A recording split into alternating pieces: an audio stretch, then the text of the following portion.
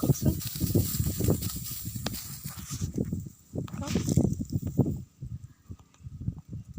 ঠাণ্ডা চুই কওকচোন চুই কওক কথাটো কম যে পোকে কাটিছে আমাৰ ইফালে ধান আমাৰ ইয়াত পোকে বহুত ধান কাটি পেলাইছে পৰি আছে মাটিত এতিয়া কি উপায় হ'ব এইবিলাক এতিয়া উপায় নাই আমি কেঁচা ধানে কাটি পেলাইছোঁ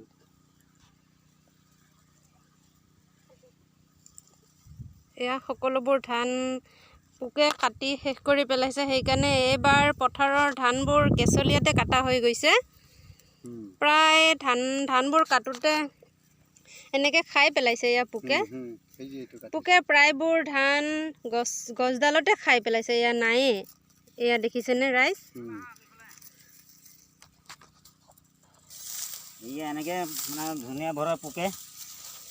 খাই মেলি ধানবিলাক চব সৰ্বনাশ কৰিছে মানে কাটি থৈ দিলেও পোকে খায় এয়া দেখিছেনে পোকে খায়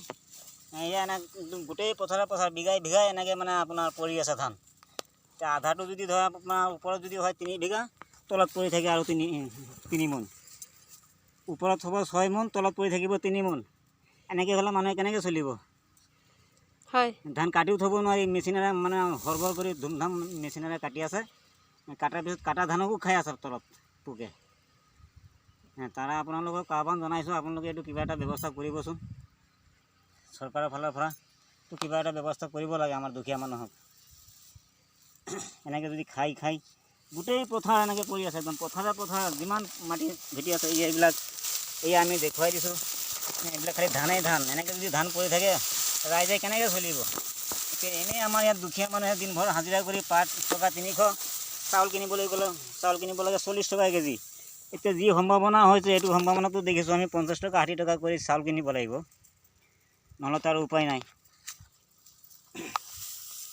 এয়া আপোনালোকৰ ৰাইজক মানে আপত্তি জনাইছোঁ আৰু এতিয়া ৰাইজে কি কৰে কৰিব হয়নে নহয় হয়